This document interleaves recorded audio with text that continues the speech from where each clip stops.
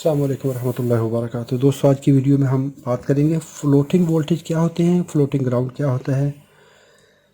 ये बेसिकली एक क्वेश्चन है मेरे व्यूअर की तरफ से। उन्होंने कहा है जी मुझे फ्लोटिंग ग्राउंड के बारे में बताइए, मैं ये जानना चाहता हूँ। और ये इलेक्ट्रिकल सर्किट में हम किसी जगह पे हम क्यों इस्तेमाल करते हैं, इलेक्ट्रॉनिक सर्किट्स के अंदर या इलेक्ट्रिकल सर्किट्स के अंदर। चलें, इसको डिस्कस करने से पहले एक हम छोटी सी प्रैक्टिकल एग्जांपल देख लेते हैं, फिर उस पर तफसील में बात करते हैं। कि ये हमारे पास पावर सॉकेट है जिसमें हमारे पास तीन कनेक्शन है, न्यूट्रल का, लाइन का और अर्थ का। यहाँ पर ये तीन कनेक्शंस हैं। नॉर्मली हमें जो सप्लाई पावर हाउस से दी जाती है वो लाइन और न्यूट्रल के दरमियान होती है। तो ये देखें, मेरे पास 230.2 वोल्ट आ रहे हैं। लेकिन अगर इस वोल्टेज को, अगर लाइन वोल्टेज को, फेज़ को हम अर्थ के साथ पढ़ेंगे तो ये 230.4 आ रहे हैं। अगर यही वोल्टेज मैं चेक करूंगा अर्थ और न्यूट्रल के दौरान, तो यहाँ पर मुझे ये तकरीबन 490 मिली वोल्ट आ रहे हैं। 490 मिली वोल्ट आ रहे हैं, तो ये फ़र्क आ रहा है। ये देखिए, लाइन से न्यूट्रल पे जो कि पावर हाउस से सप्लाई आ रही है 230 वोल्ट आ रहे हैं। लेकिन अगर जो मेरा लोकल अर्थ है वहाँ पे देखेंगे तो 230.4, ये 0.5 वोल्ट ज़्यादा पड़ रहा है। ये क्यों पड़ रहा है, आइए इसको डिस्कस करते हैं। जब हमने लाइन से न्यूट्रल की तरफ मेजरमेंट की तो हमें 229.9 या 230 वोल्ट कह दें मिले। लाइन से ग्राउंड, लाइन से अर्थ जो हमने चेक किए हैं तो वो 230.4 वोल्ट मिले हैं। लाइन से न्यूट्रल पे कम थे, लेकिन जब हमने लोकल अर्थ, जो हमारा लोकल ग्राउंड है, वहाँ पे चेक किया है तो हमें 230 वोल्ट, 230.4, 0.5 वोल्ट ज़्यादा मिले। अभी ये वोल्टेज जो हमें ज़्यादा मिले, जो हमारे लोकल ग्राउंड में मिले हैं, ये क्यों मिले। हमारे पावर हाउस में ट्रांसफार्मर जो लगा है, जो लाइन में हमें घरों में बिजली सप्लाई कर रहा है, उसका कंस्ट्रक्शन देखें तो डेल्टा स्टार वाइंडिंग में ट्रांसफार्मर होते हैं कि 3 फेज़ इनपुट है, 3 फेज़ आउटपुट है। इनपुट में तीनों फेज़ होते हैं, लेकिन आउटपुट में 3 फेज़ और चौथा एक न्यूट्रल होता है। ये अगर हम किसी जनरेटर की बात करेंगे तो उसमें ये वाइंडिंग हो गई। अभी ये न्यूट्रल जो है इन 3 वाइंडिंग का डेड पॉइंट है। यहाँ से जो वोल्टेज मिले हमें, इन वाइंडिंग्स का जो कॉमन पॉइंट है, जो सेंटर टेप पॉइंट है, वहाँ से हमें कॉमन मिल गया। इसको कहते हैं न्यूट्रल। इसको हम ठंडी तार भी कहते हैं और ये गर्म तार, या इसको फेज़ भी कहते हैं, लाइन भी कहते हैं, हाई वोल्टेज भी कहते हैं। इस न्यूट्रल से इस लाइन में हमें जो एक कॉइल के अक्रॉस वोल्टेज, इसकी वजह से जो कॉइल पे जो वोल्टेज बनेंगे वो यहाँ से आउट लेंगे। तो लाइन से न्यूट्रल पे अगर हमारा ट्रांसफार्मर 110 का है तो यहाँ से लेके यहाँ तक 110 वोल्ट, यहाँ से लेके इस फेज़ तक 110, तीसरे फेज़ तक 110। अगर 220 वाला है तो 220, न्यूट्रल से दूसरा फेज़ 220। अभी इस ट्रांसफार्मर से लेके हमारी जो सप्लाई हमारे घर तक पहुंचती है, यहाँ पर हम कहते हैं कि जी यहाँ पर आकर हम एक लोड लगाते हैं। कोई भी लोड लगा दिया हमने, इसको हम कह देंगे लाइन और इसको कहते हैं न्यूट्रल।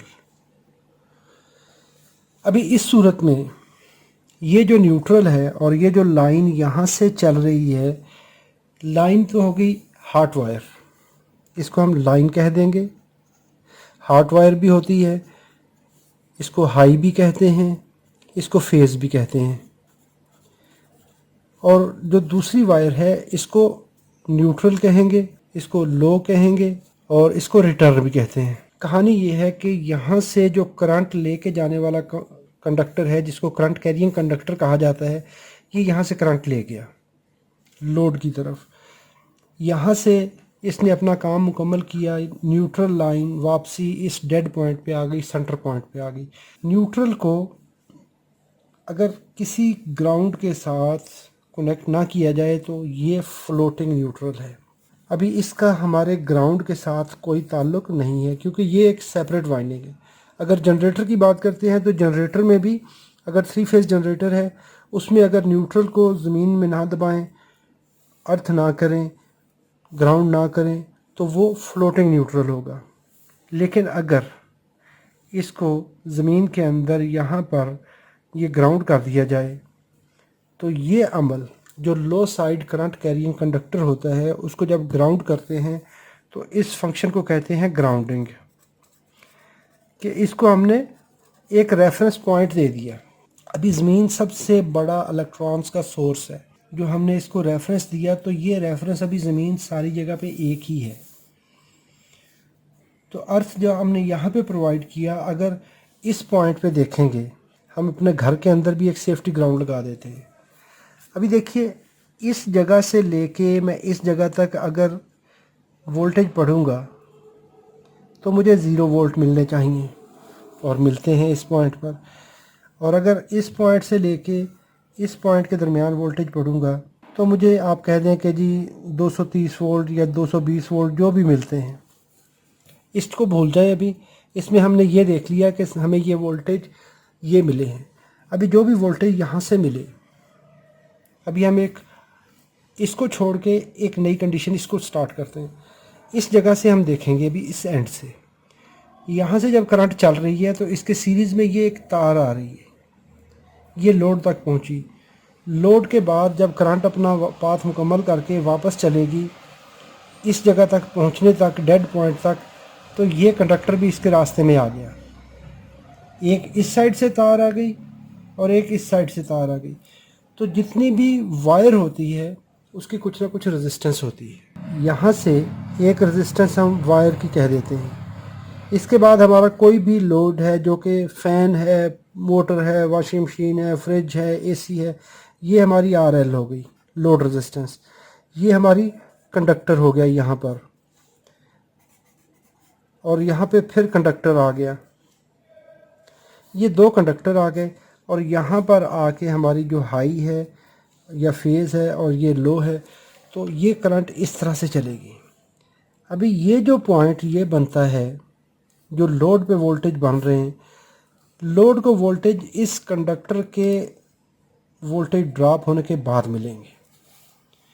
अभी मेरी कंडीशन में ये वोल्टेज मुझे 229.9 मिल रहे हैं।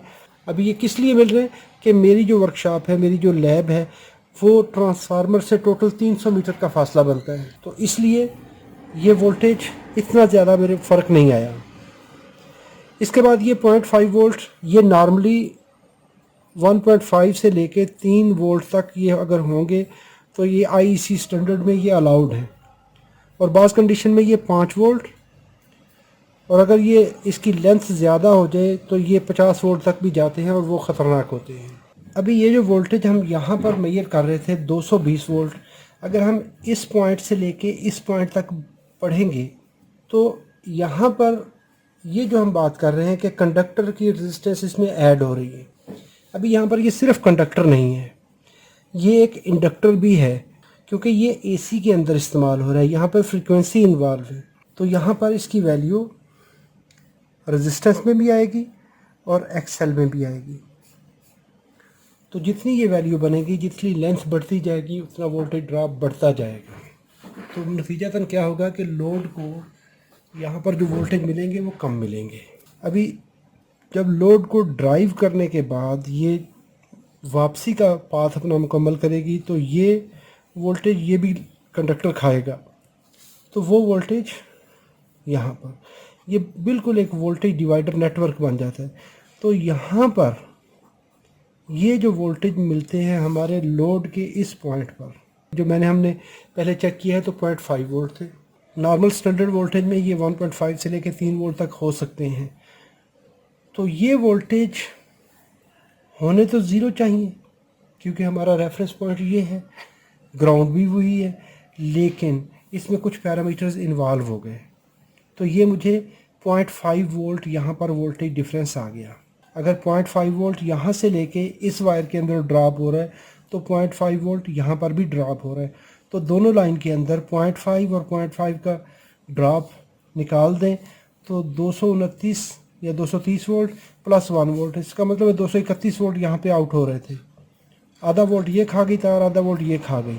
यहाँ पर वोल्टेज ड्रॉप होने की हमने कौन कौन सी कंडीशन अभी देखनी है कि किस किस वजह से वोल्टेज ड्रॉप हो सकते हैं। पहली हो जाती है कि हमारी ट्रांसमिशन लाइन है, कंडक्टर रेजिस्टेंस है, कंडक्टर की रेजिस्टेंस आ गई। दूसरा, यहाँ से लेके यहाँ तक और यहाँ से लेके यहाँ तक ये रेजिस्टेंस आ गई, जो कंडक्टर लगाया है, और जो अर्थ रेजिस्टेंस है, यानी यहाँ से लेके यहाँ तक और यहाँ से लेके यहाँ तक ये अर्थ रेजिस्टेंस आ गई। तीसरी चीज़ होती है, हमारे घर के अंदर रेफ्रिजरेटर भी है, मोटर भी है, डिफरेंट किस्म के वाटर पंप हैं, वो सारे के सारे जो नॉइज़ जनरेट कर रहे होते हैं, इलेक्ट्रोमैग्नेटिक इंडक्शन जनरेट कर रहे होते हैं कि जो भी इंडक्टिव लोड है तो उसके वापसी वोल्टेज होते हैं, वो वापसी वोल्टेज भी इस न्यूट्रल लाइन को अप करते हैं।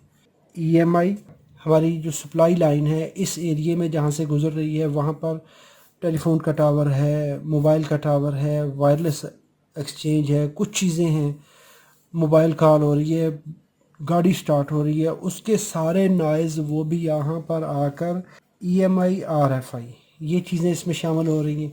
फिर अचानक आसमानी बिजली चमक पड़ती है, वो चीज़ें भी आ जाती हैं, वो भी इसमें शामिल हो गई। जब ये सारे पैरामीटर शामिल हो गए तो ये क्या करते हैं कि इसमें इंडक्शन करवाते हैं, इसमें वोल्टेज इंड्यूस होते हैं, इसका लेवल अप हो जाता है। ये अप हुआ वोल्टेज कहाँ से? रेफरेंस की निस्बत से। रेफरेंस है हमारा अर्थ, ग्राउंड। इसकी वजह से जितना ये रेफरेंस अप होगा इसको हम कहते हैं फ्लोटिंग वोल्टेज। पानी के ऊपर आप कोई चीज़ छोड़ रहे हैं और वो पानी की ऊपर वाली सतह पे तैर रही होती है, जो डूब गई वो तो अर्थ में चली गई, लेकिन अर्थ के रेफरेंस से जब पानी की सतह पे आप कोई चीज़ छोड़ते हैं तो पानी के ऊपर वो तैर रही होती है, उसको फ्लोटिंग कहते हैं, वो फ्लोट हो रही है। तो जो चीज़ फ्लोट हो रही है वो किस रेशो से हो रही है? हम कहते हैं कि वो पानी के लेवल पे फ्लोट कर रही है। तो यहाँ पर हमारा जो लेवल है वो ग्राउंड है, इस लेवल से फ्लोट कर जाती है, इससे एलिवेट हो जाती है, इससे वोल्टेज ज़्यादा हो जाती है। अगर ये वोल्टेज यहाँ पर इस पॉइंट पर इस कंडक्टर की इन पैरामीटर्स की वजह से अगर ये वोल्टेज 50 वोल्ट तक चले जाते हैं, 40, 50, 30 वोल्ट, नॉर्मली ये 20 वोल्ट तक भी जाते हैं, और वो ह्यूमन सेफ्टी के लिए तो कुछ नहीं हो सकता कहेंगे, लेकिन इक्विपमेंट को डैमेज वो बाज़ कर जाते हैं। ये चीज़ तो हमें क्लियर हो गई कि इस रेफरेंस पॉइंट से, ये जो हमारा रेफरेंस है, इस रेफरेंस से हम जो वोल्टेज न्यूट्रल के दरमियान या लाइन के दरमियान चेक करेंगे, यहाँ पे चेक करेंगे तो आपको ड्रॉप मिलेगा कि यहाँ पे वोल्टेज जितने थे उससे कितने कम हो गए। लेकिन यहाँ पर जो न्यूट्रल के दरमियान आप चेक करते हैं तो ये फ्लोटेड वोल्टेज होते हैं कि कितना आपका न्यूट्रल अप हो गया। इसका भी फ़ायदा क्या है, नुकसान क्या है, और ये कहाँ कहाँ पे इस्तेमाल हो रहा है। फर्स्ट कंडीशन, जो हमारा पेडिस्टल फ़ैन होता है, मैं उसकी मिसाल देता हूँ। ये हमारा पेडिस्टल फ़ैन है और ये उसकी स्टेटर वाइंडिंग है। यहाँ पर हम कहते हैं लाइन है और ये न्यूट्रल है, और यहाँ पर ये जो सप्लाई वाला ट्रांसफार्मर है वहाँ से ग्राउंड कर दिया आपने, घर के अंदर इसको ग्राउंड नहीं किया। जो पंखे की मोटर होती है तो मोटर के जो उसमें सेट लगे हुए हैं वाइंडिंग के, तो वो एक लोहे के ऊपर ही, एक आयरन कोर के ऊपर ही लपेटे हुए होते हैं। उसके दरमियान में इंसुलेशन पेपर लगाकर, ताकि हमारी जो वायर है उस मेटल बॉडी को टच ना करे, तो इंसुलेशन पेपर लगा दिया। अभी जो उसमें करंट फ्लो हो रही है तो उसके फ्लोइंग मैग्नेटिक फील्ड की वजह से कोर में भी वोल्टेज बन रहे होते हैं, और वो क्या होता है कि उस फैन की बॉडी में, मेटल बॉडी में कुछ ना कुछ वोल्टेज 4-5 वोल्ट तक वो खड़े होते हैं। पहली कंडीशन ये तो है जब एक हमारा फ़ैन अच्छे तरीके से चल रहा है। अभी ये मेटल बॉडी इस तरह से है, ये कोर है, और कोर में स्लॉट होता है, उसके अंदर आपने पेपर लगाया और इसमें सेट गुजार दिए, वाइंडिंग गुजार दी। अगर इस वाइंडिंग का ये फेज़ वाली साइड है, हाई साइड है, और ये न्यूट्रल साइड है, लो साइड है।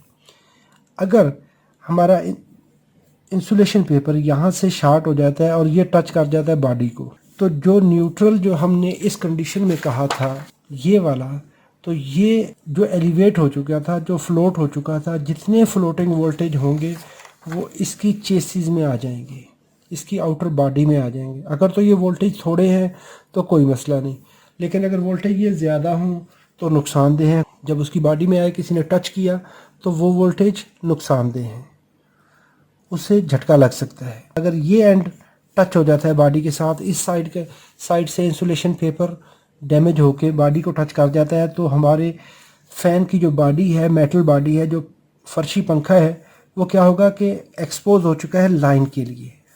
तो जितने वोल्टेज 220 वोल्ट है वो इसकी बॉडी में आ जाते हैं, तो हमारी ये फ़ैन की बॉडी 220 वोल्ट पे फ्लोट कर जाएगी। अभी कोई भी शख्स जो इस ज़मीन पे खड़ा है, अगर ये इसको हाथ लगाएगा तो जो लाइन वोल्टेज थे वो इस बंदे को यहाँ से झटका देंगे। इलेक्ट्रिकल अप्लायंस के अंदर जब आप एक करंट कैरिंग कंपोनेंट होता है और एक डेड मेटल होती है, यानी वो मेटल उस चीज़ का हिस्सा तो होती है, यानी वो पंखे का हिस्सा तो है, लेकिन उसमें करंट फ्लो नहीं कर रही है, उसको हम करंट फ्लो नहीं कराते, हम उसको सपोर्टिंग मटेरियल के तौर पे यूज़ कर रहे हैं। नॉर्मली इस डेड मेटल को अगर आप सेफ्टी के लिए ये गुड अर्थ दे देते हैं, यहाँ पे घर के अंदर गुड ग्राउंड दे देते हैं, तो नॉर्मल जो जितने भी फ्लोटिंग वोल्टेज या इसके इंडक्शन के वोल्टेज, जितने भी इसके वोल्टेज होंगे, इसको जब आप अर्थ कर देंगे तो इसको कहा जाता है अर्थिंग। यहाँ पर हमने किया था ग्राउंड, किसको? एक करंट कैरियर कंपोनेंट को, जो कि लो साइड या रिटर्न साइड पे है, न्यूट्रल था, उसको ग्राउंड कर दिया। और यहाँ पर आपने किसी करंट कैरियर को ग्राउंड नहीं किया, बल्कि इसकी जो बॉडी है, जो कि मेटल बॉडी है, उसको जब ग्राउंड करते हैं तो उस वक्त इसको कहा जाता है अर्थिंग। अभी अर्थ और ग्राउंड और न्यूट्रल तीन चीज़ें हो गई। न्यूट्रल ग्राउंड हो भी सकता है और नहीं भी हो सकता। क्यों नहीं हो सकता? क्योंकि हमारी जो लोड में करंट चलनी है वो इस वाइंडिंग से चलनी है और यहाँ से होके वापस इसने यहाँ पे रास्ता मुकम्मल कर लेना है। ग्राउंड दे दें तो आपकी मेहरबानी, ना दें तो आपकी मेहरबानी, ये काम चलेगा। लेकिन सेफ्टी के लिए इसको एक रेफरेंस देने के लिए, जो इसकी प्रॉपर मेजरमेंट के लिए जब आप रेफरेंस बनाते हैं तो वो रेफरेंस पूरे सिस्टम के अंदर फिर चलता है। जिस पॉइंट से अभी ये पॉइंट है, इस पॉइंट से अगर रेफरेंस पॉइंट की रेजिस्टेंस बढ़ेगी तो वोल्टेज फ्लोट करेंगे, और जितनी ये रेजिस्टेंस कम से कम होती जाएगी उतना फ्लोटिंग वोल्टेज लेवल कम होता जाएगा, उतना वोल्टेज ड्रॉप कम होता जाएगा। अभी इसका फ़ायदा क्या होगा? ये जो हमने अर्थ किया है, अगर तो ये थोड़ी साइड के वोल्टेज हैं, फ्लोट किए, फ़ौरन से अर्थ कर दिया, इजी पाथ मिल गया, तो किसी बंदे को नुकसान नहीं देंगे। अगर लाइन वाली साइड टच होती है बॉडी के साथ, शॉर्ट सर्किट होता है, उसका फेलियर होता है, तो ये जो जितने वोल्टेज हैं वो सारे के सारे आप ड्रॉप करवा के ग्राउंड में दे देंगे। तो ये कम से कम रेजिस्टेंस, इलेक्ट्रॉनिक करंट या इलेक्ट्रिकल करंट हमेशा ईजीएस्ट पाथ, जो सबसे आसान रास्ता होता है, वो लेती है। तो ये रास्ता सबसे आसान रास्ता है। तो ये क्या होगा कि करंट हमारी इस रास्ते से जाएगी, हमारा फ्यूज़, सर्किट ब्रेकर, अर्थ लीकेज जो भी होगा वो ओपन हो जाएगा, तो ये प्रोटेक्शन हो जाएगी। इस सूरत में अगर बंदा इसको हाथ लगाएगा तो बंदे की जो ह्यूमन बॉडी की रेजिस्टेंस है वो ज़्यादा है, इसकी रेजिस्टेंस कम है, तो इस वजह से ये सेफ्टी ग्राउंड कहा जाता है इसको, अर्थिंग सेफ्टी ग्राउंड। और ये हमेशा लगाना चाहिए। घरों के अंदर हम सारे खर्चे कर लेते हैं लेकिन हम सेफ्टी ग्राउंड नहीं लगाते। उसका नुकसान क्या होता है कि हम इतने बड़े घर के अंदर आप एसी लगा रहे हैं, पंखे लगा रहे हैं, सारा कुछ लगा रहे हैं, तो 500 रुपये का एक न्यूट्रल नहीं लगा रहे हैं आप, तो ये बहुत बड़ा रिस्क होता है। तो इसके लिए अब जब भी वायरिंग करते हैं तो हमेशा 3 वायर वायरिंग कीजिए।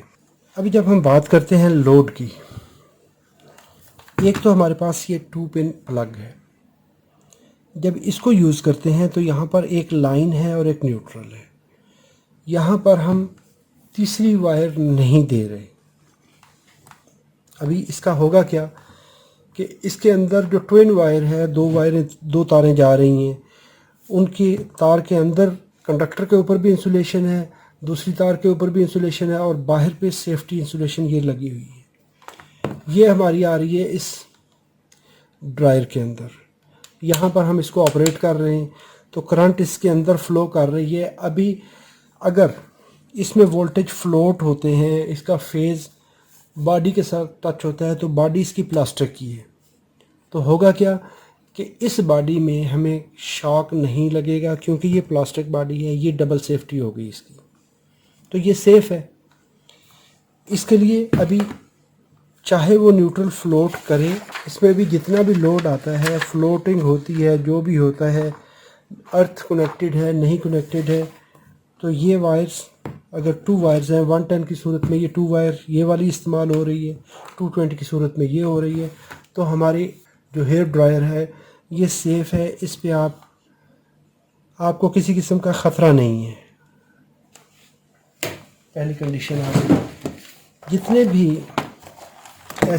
भी डिवाइसेस मेरे पास, ये एक्सबॉक्स की पावर सप्लाई है, तो यहाँ पर भी इसका 2 पिन इनपुट प्लग है। तो इसमें जब आप 2 पिन लगाते हैं तो इसकी जो सप्लाई इसकी बॉडी में अपीयर नहीं होगी। इसके जो वोल्टेज हैं अगर फ्लोट करते हैं तो इसकी बॉडी के अंदर नहीं आएंगे।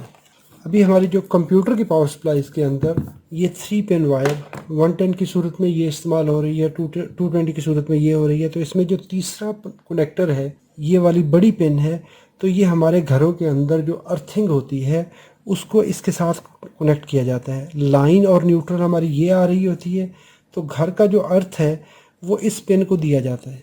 और ये वाली वायर जब किसी भी इक्विपमेंट के अंदर दाखिल होती है, जब हम इस वायर को कनेक्ट करते हैं यहाँ पर, तो ये हमारा सेफ्टी ग्राउंड ये वाली तार मेटल पार्ट के साथ जुड़ा होता है। इसको डायरेक्टली स्क्रू लगाकर इस स्क्रू के साथ इसको कनेक्ट कर दिया जाता है यहाँ पर, इस पॉइंट पर। तो इसका फ़ायदा क्या होगा? नॉर्मली तो इसकी बॉडी के अंदर कोई करंट नहीं है, लेकिन जो हमने बात की थी ये फ़ैन वाली कि अगर किसी वजह से फेलियर की वजह से हमारी लाइन वोल्टेज या फ्लोटिंग वोल्टेज इसकी बॉडी में आते हैं, इसकी चेसिस में आते हैं, वो वोल्टेज यहाँ से ग्राउंड हो जाएंगे। जो हमारा गुड अर्थ है जो घर के अंदर हमने दिया है वो यहाँ पर कनेक्ट है। कंप्यूटर की सप्लाई के सेकेंडरी साइड है उसको भी ग्राउंड किया जाता है। ये एक्सबॉक्स की पावर सप्लाई है, हमने ये इनपुट ब्रिज रेक्टिफायर में सर्किट दिया, सारा कुछ दिया, यहाँ पे लाइन आई, न्यूट्रल आई, यहाँ पर एक ट्रांसफार्मर है और इसकी ट्रांसफार्मर की जो सेकेंडरी है वहाँ पे आपने कुछ वोल्टेज बना के यहाँ पर कैपेसिटर को दिए, चार्ज किए, यहाँ पर आपने लोड कनेक्ट कर दिया। तो जो हमारी करंट चलेगी हमारे इस पॉइंट पे, लोड इस कैपेसिटर के थ्रू और इस वाइंडिंग के थ्रू हमारा ये करंट के सर्कल रहेंगे। तो इस लो लाइन के साथ, क्योंकि ये न्यूट्रल यहाँ पर तो हमने तीसरी वायर नहीं दी, लेकिन ट्रांसफार्मर के साथ जो हमारी पावर हाउस से बिजली आ रही है वो ग्राउंडेड है। अभी ये रेफरेंस पॉइंट इससे बिल्कुल इसका कोई कनेक्शन नहीं है। इनकी इंटरनल रेजिस्टेंस हाई है। क्यों? कि यहाँ पर आपने आइसोलेशन दे दी, यहाँ पे मैग्नेटिक फील्ड की वजह से वोल्टेज दे दिए। अभी हमारी ये है फ्लोटिंग आउटपुट। जितनी रेजिस्टेंस बढ़ती जाएगी फ्लोटिंग वोल्टेज उतना फ्री होता जाएगा। अभी कोई भी बंदा इसकी किसी वायर को टच करेंगे तो आपको शॉक नहीं लगेगा। क्यों? कि आप ज़मीन के रेफरेंस पे हैं, लेकिन उस रेफरेंस का इसके साथ कोई ताल्लुक़ नहीं है। लेकिन अगर आप जो लाइन वोल्टेज आ रहे होते हैं इस हार्ट एरिया को टच करेंगे तो वो आपको झटका देगी। क्यों? कि वो डायरेक्टली जिस रेफरेंस पॉइंट पे आप खड़े हैं उसी रेफरेंस पॉइंट पे वो बिलोंग करती है। उसका रेफरेंस भी वही पॉइंट है जहाँ पे आप ज़मीन पे खड़े हैं।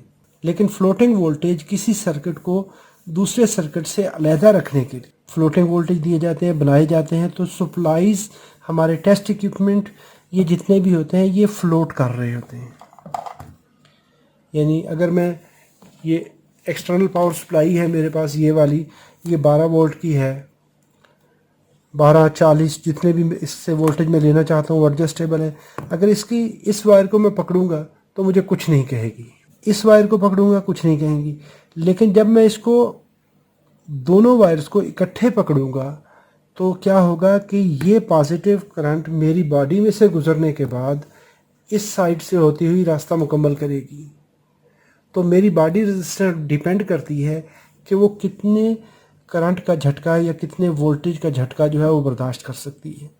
तो हमारा जो लोड है वो इस तरीके से चलेगा। हमारा ये ग्राउंड रेफरेंस पे मैं बेशक अपने नंगे पाँव खड़ा रहूं, लेकिन एक वायर को पकड़ने से कुछ नहीं होगा, क्योंकि आपने आइसोलेशन की हुई है। आपने इसको रेफरेंस पॉइंट से सेपरेट करके हाई रेजिस्टेंस जनरेट करवा दी है। तो ये हो गया इसका इस्तेमाल। 3 वायर सिस्टम में क्या होता है कि लाइन, न्यूट्रल, ये हमारे उस सर्किट को ऑपरेट कर रही होती हैं, और ये जो बॉडी हमारी होती है किसी भी इक्विपमेंट की, अभी ये तो यहाँ पर तो आपने सोर्स को ग्राउंड कर दिया, लेकिन जब आप घर के अंदर इसको यूज़ करते हैं तो इसको यहाँ पर इसकी चेसिस को अर्थ कर देते हैं, ताकि जो फ्लोटिंग वोल्टेज आए वो फ्लोटिंग वोल्टेज ज़ीरो हो जाए। तो दोस्तों, उम्मीद करता हूँ कि वीडियो आपके लिए मालूमाती है। अगर मालूमाती है तो इसको लाइक कर लीजिए। अगर आपने मेरे चैनल को अभी तक सब्सक्राइब नहीं किया तो सब्सक्राइब कर लीजिए। अगर कोई आपका सवाल हो तो कमेंट बॉक्स में लिखिए, मुझे आपकी राय का इंतज़ार रहेगा। अपना बहुत सारा ख्याल रखिए। अस्सलाम वालेकुम व रहमतुल्लाहि व बरकातहू।